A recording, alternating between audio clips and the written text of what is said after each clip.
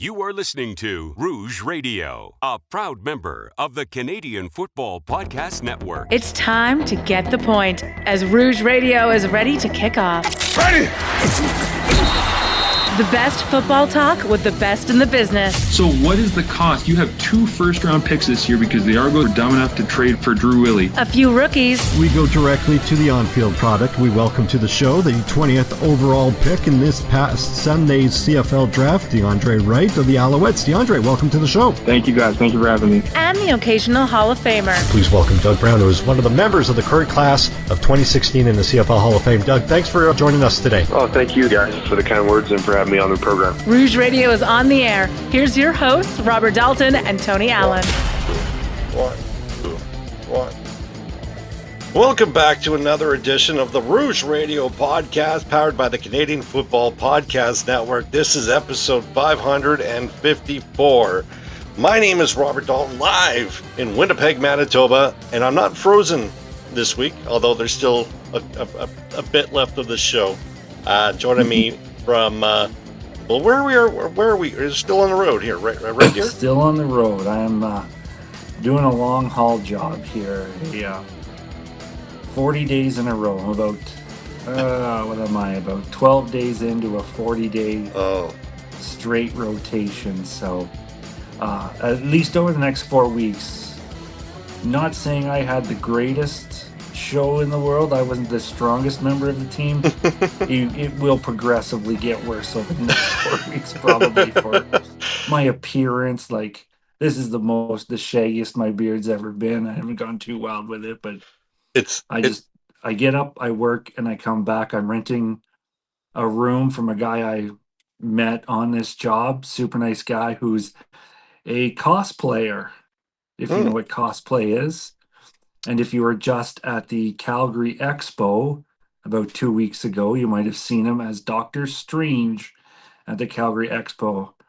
So he's, I don't know I know he's got a YouTube channel and stuff. I should figure it out so I can give him a plug, because he's actually fantastic. And it's like we immediately best friends, because I'm in his magic studio right now, and I don't want to give up too much because it's not my place to show off his room, but I mean, he's got Stormtrooper helmets in here, Darth Vader helmets, a couple of Mandalorians, a Boba Fett, Bo-Katan, if you know the Mandalorian storyline. He's got Captain Phasma here beside me, and if I look up here, Finn from Star Wars, the sequels. There's one scene where he's got a bloody hand goes down his face. He's got a New Order trooper mask with Bodea's signature right on it. This place is crazy good. If he gives me permission, I'll do the next show wearing one of these Star Wars masks. Have you ever seen The Acolyte, which I just watched a couple weeks ago? And as a Star Wars fan, I'll tell you, The Acolyte is probably the third best thing Disney has done since taking over Star Wars. Rogue One is the best. Mandalorian Grogu, number 2. And number 3, The Acolyte, the third greatest thing Disney has done with Star Wars since taking it over. But the bad guy in that is called the Stranger. And this guy's made a mask of that Stranger. Like, I'm in Star Wars heaven here. My favorite, and not to make light of everything, is you started off being like, over the next course of 40 days, I'm just going to be sounding disinterested in this podcast. And then the last 2 minutes was like, oh my God, Star Wars and Disney Plus and whatnot. Gets me jacked up for Star Wars for sure. All right. So the first a couple of minutes of each show until you're back home, we'll just, we'll rant about Star Wars. Sounds good. Just to get you back up and running. Podcast is partnered or sponsored by the good people over at Manscaped. Go to manscaped.com, enter the promo code Rouge. That tells them that the guys from Rouge Radio sent you. You get 20% off your order plus free worldwide shipping. Go to Manscaped. Your balls will thank you. Yeah. Also, we are partnered with the good people over at Sports Interaction. Go to sia.com/Rouge. Your first deposit will be matched up to 100%. And as always, please play and gamble responsibly. We are previewing the Montreal Allouettes as part of our 9 teams in 9 weeks, and almost in homage, I find it that they did it because of us. That tonight the PWHL crowned their new champions, the Victoire de Montreal. I'm not too sure if that's how they pronounce it, or if it's just a Montreal Victoire. But either way, congratulations to the Montreal Victoire of the PWHL. No, that's. Do I even have an applause here? Do I have an applause? Yeah, there we go. Yeah, congratulations, and good timing for you to do it. Looking forward to defending the championship next year in 2026 and 27 year. And that playoff was some of the best hockey I've ever watched in my life. Like those were good series, lots of overtimes, double overtimes, clutch comebacks, late goals. It was tremendous series. I was cheering for Ottawa Charge, but hey, as long as that new Walter Cup comes to Canada, we have something this year. If we don't get the Stanley Cup, at least we took the Walter Cup away from Minnesota, the only team to ever win the Walter Cup so far. So until tonight. And leave it to a Montreal team being the only Canadian team to win in the last. So there you go. Yeah. We could have 2026 could belong to Montreal. The Victoire got it started. The Montreal Canadiens are working on it. And you know what? Maybe the Alouettes can pull off the hat trick. Well, we'll talk more about that. The more I think about it, the less I'm very confident in the Alouettes, but we'll talk more about that one. Preseason is underway. The Calgary Stampeders defeated the Saskatchewan Roughriders 20-15. I managed to catch the first quarter and a half. I am surprised that TSN did not want to broadcast that. That full of entertainment value. And if you can't tell, that was sarcasm, folks. Complete sarcasm. As we can attest to with all preseason games, you're not going to get a barn burner. Probably less than 1% of all preseason games are entertainment or are entertaining. So this was exactly what I expected. You followed through social media. Your thoughts, at least from the get-go, being a Stampeder fan. Well, the big thing was the announcement the night before that Vernon Adams Jr. was going to start, which was good. It's good to get him out there first game. Usually, you don't see starters in the first game of preseason, but I think being at home changed that. I think if you're at home, if you're at home, there is a very good chance that QB1 play. If you are at home and it's your second preseason game, QB1 is most likely playing a quarter and a half for that. But so that didn't surprise me. And you know what? And it was good. He got out there. He didn't get hurt. He played a preseason game, quality game. And, there were some good catches out there. I got to watch as many highlights as I could because I was working during the game, so I couldn't watch it. But, I mean, take it for what a preseason game is. They got the W. They mean nothing. It doesn't prove anything. And a lot of teams that have gone perfect in any preseason, things change when the games start to matter. But both teams put up a fight, and it's just good to see them playing games again. The only thing I don't understand is not so much that people don't like preseason games. I don't care about preseason games, really. I like watching them. When I used to go to preseason games when I lived in Calgary, I was never going to be entertained. I was going because I wanted to see, potentially what the new receivers were going to look like, new running backs were going to look like. Are we going to have, some ball hawks out there on defense? I just wanted to see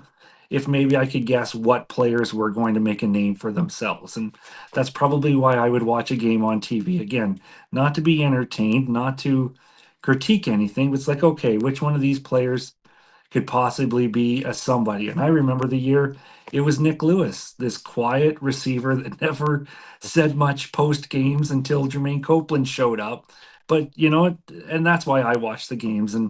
But nobody has to like him. What I don't understand is a media guy like the one in your neck of the woods who seems to feel almost obligated to tell you constantly how much they hate preseason games. It's like, is that some sort of badge of honor for you? Do you think that makes you somehow a higher caliber football fan? And I'm not saying that to discredit the gentleman that reports out of Winnipeg, because I actually think very highly of him. He's a very good representative for the game. I just don't understand his desire to always emphasize how much he hates preseason games. I'm like, I'm sorry, they're just part of preparing for a season. It has, who cares if you don't like it? Like, just don't like it quietly.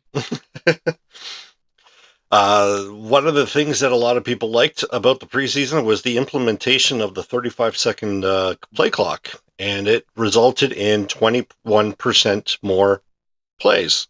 And I think if it results in more football in the same amount of time, I'm all for it. Obviously, injuries pending and whatnot.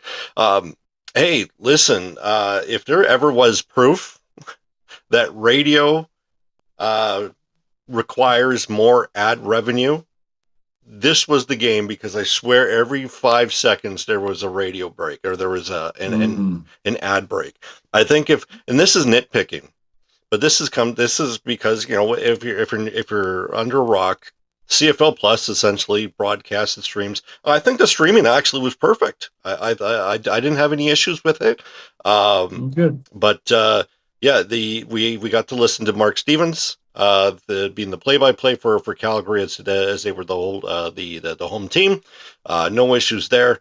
But we got plenty of Calgary radio time, because TSN, if you're used to TSN, you 3 and out, punt, 3 and out, punt, 3 and out, punt, and then a commercial break, right? That's what we're used to. Here, it was 3 and out, punt, commercial break, 3 and out, punt, commercial break. And that was just kind of like it to me as a viewer. That really disrupted the flow of the game. It just took a while. It took a lot for me to try to get invested in this game. So I don't imagine that's going to be an issue. Like I said, there's a difference between a radio broadcast on preseason, and then we got regular season and eventually playoffs through TSN. So that was my only nitpicking. I know a lot of people really got upset over the amount of breaks that there were there. Probably not understanding the idea that that's where they get their ad revenue, right? Yeah. So, anything else before we go preview the Alouettes? I do not believe so. I think that's good. We're covered. All right, we are covered. The Montreal Allouettes finished second in the East last year. They were 10-8, 445 points for third best in the East. And as well 430 points against best in the East. But they were 4-5 at home, which means that they were 6-3 on the road. When I look at their key offseason deletions, I am looking at Darnell Sankey, I'm looking at Dylan Wynn, Charleston Rambo, Austin Mack, more so than the additions of Dustin Crum, as well as Jareth Stearns at the receiver position. At the beginning of the show, I said I was, I know that I've talked about, being a huge, the flag waver for the Alouettes, thinking that they're going to run the East again for another decade. But I think this is coming down to a situation where they are relying too much on scheme, on recruiting, because when you look at what their downfall was last year, I don't think that they improved. Davis Alexander, can he be healthy? If not, can Dustin Crum be that guy to hold the fort for a few games? Tyson Philpott, I love him. Cole Speaker, Tyler Sneed, love those guys. I don't know if these guys are going to be receivers that are going to scare you on a consistent basis. Same with Jareth Stearns. And if you add to their running position where it seems to be consistent, I don't know if this offense is going to be as explosive as they were last year. Defensively, without Marc-Antoine Dequoy, who left for retirement, and I don't care if you're going to have a future All-Star, is not going to replace a guy of that quality immediately. Defensively outside, it will be okay, but you are going to be without Darnell Sankey. You're going to be without Dylan Wynn. You are going to be without Sean Lettman. And you're also going to be without that piece of crap, Sean Oakman. I know I usually throw it out to you, and I just kind of took the ball and ran with it. But at this point, if there ever was a year where Ottawa had just everything working in its favor, aside from the first couple of weeks of the schedule, this is it. This is the Red Blacks' year to put up or shut up, to show that the offseason moves are going to result in something great. Because Toronto, Hamilton, I'm still not convinced. And then Montreal, I don't think they got better. But I mean, that's usually a good thing sometimes when you're one of the best teams in the Eastern Division. It's really hard to get better than what you were the year before. But those teams did get better, with the exception of Toronto. With that being said, when I look at Montreal, it does come down to coaching. I'm thinking, because of the games that they won last year. Now, keep in mind, this is a team that was playing with their third and fourth string quarterback last year for a good chunk of the season, and they still managed to finish 10-8. That's impressive. I don't think that they can keep it up. They lost some explosive weapons. They lost some talent, and who knows if Davis Alexander can be healthy for that. We don't know that. That was last year was his first year as a starter, and we don't know if is he injury prone. We don't know that. Dustin Crum has proven to be one step forward, two step backwards. I don't think I've seen him put together a complete game. We've seen him put together a comeback, but not a complete game. He will most likely put your team behind the 8 ball early more often, and then almost try to get them back into the lead later in the stages of the game. I look at the additions here and the losses. I don't think I see a change in the record for Montreal. I think I can see them finishing 10-8 again, maybe 11-7. But I honestly, I think that really depends on how cohesive Hamilton can maintain throughout the season. Because I think, as much as we said that Winnipeg was a wild card in the East, or I'm sorry, in the West, I think Hamilton's a wild card in the East. And I think that really, if Hamilton ends up sucking the big one, Montreal picks up a better one. But if all things are equal, I think Montreal has status quo with the record 10-8. Where do you see this one going this year? Well, there's not much left to say that you didn't cover. Well, So, sorry. I mean, which is good. No, trust me, it's good. I'm ready to go to bed anyways. I'm getting older in age in these late night podcasts. I was even looking at both of us. I'm like, I think we need a sponsor for hair, for those men's hair dye. Oh, yeah. Beard. Our beards looking weird. Our stash is looking trash, or whatever those commercials used. Just for Men. That's what it was. Yeah. I don't know if you remember those Just for Men commercials. Your beard's looking weird.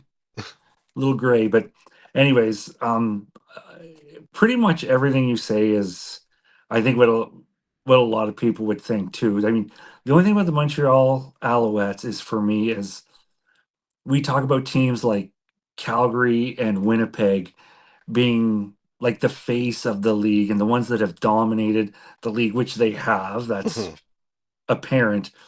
But to me, the face of consistency for the Canadian Football League has almost always been the Montreal Alouettes.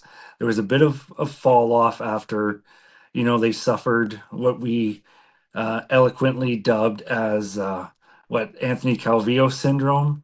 Yeah. Is that what we called it? Yeah. But I mean, for the most part, they have been, I think, the model of consistency in the Canadian Football League. Because when the Stampeders dropped, they dropped drastically. And the Winnipeg Blue Bombers, I believe, over the last 2 seasons have done that. And they might have maybe been better than the Montreal Alouettes, but in the East, they are. No one's been more consistent over the years than the Montreal Alouettes. So for that, I'm willing to give them a bit of a benefit of the doubt when this season starts, because we can go on what they did or the lack of what they did in the off season.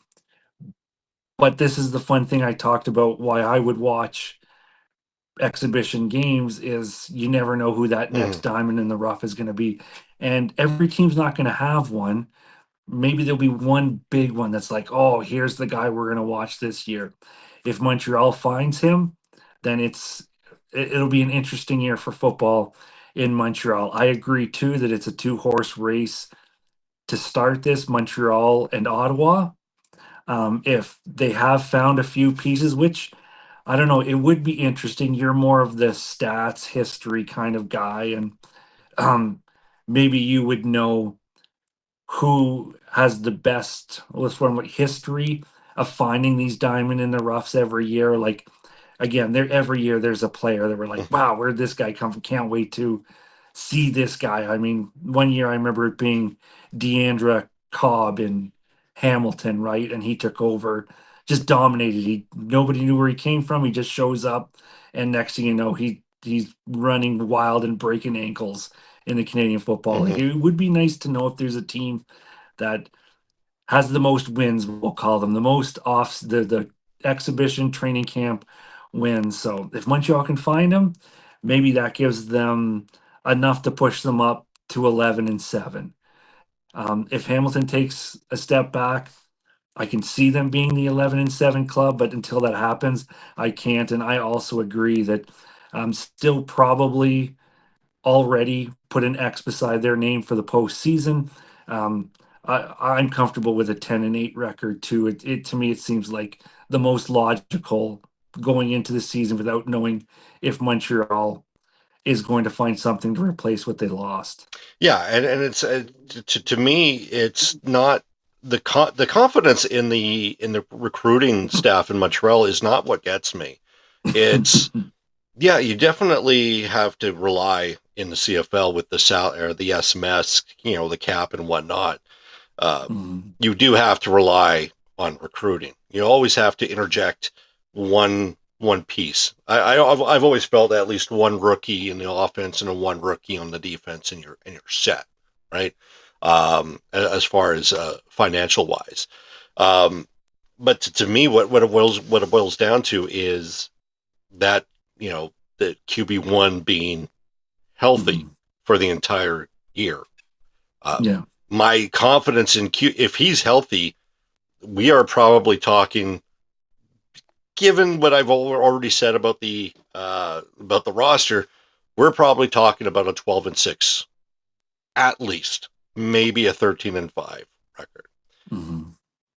This is his year 3, year 2 as a starter. I haven't seen him play a full year. A lot of it has to do with injuries, and you could say, well, he came back too soon. Okay, well, that's great, but he still hasn't proved to me that he can play a whole 18 game schedule in the CFL. And until I see that, I think I'm kind of like 10-8 is this floor, and 12-6 and 13-5 is the ceiling I'm looking for.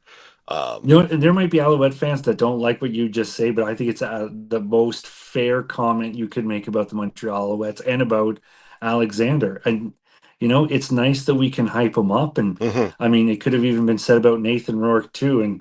And no one's more guilty than handing Nathan Rourke MOPs and Grey Cup championships than me. I mean, more so than some BC Lions fans. And I mean, it's fair to say, it's like, listen, you have to show us before we give you all of this love. Like, prove it.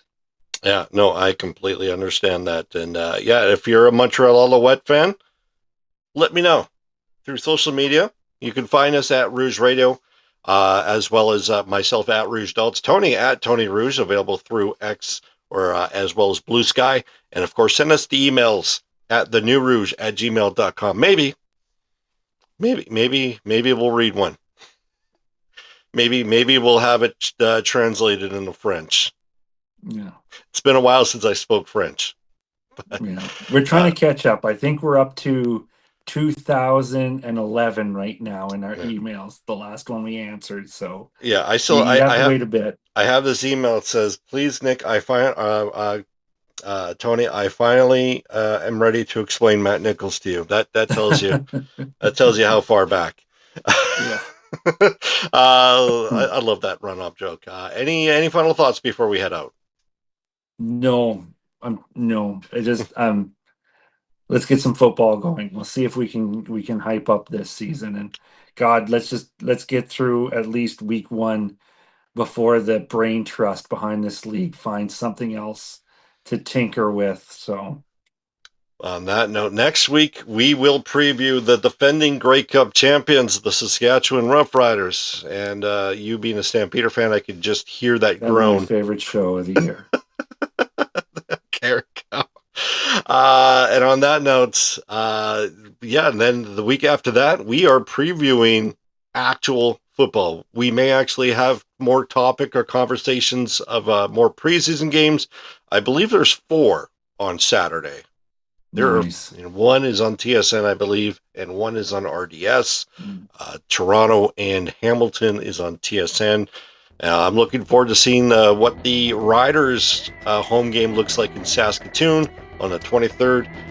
And in homage to the Stadnick Invitational Golf thingy, I think my daughter can't hear me. I am taking her mini golfing on Saturday. So we are going to, it's going to be a surprise. So please do not tell her.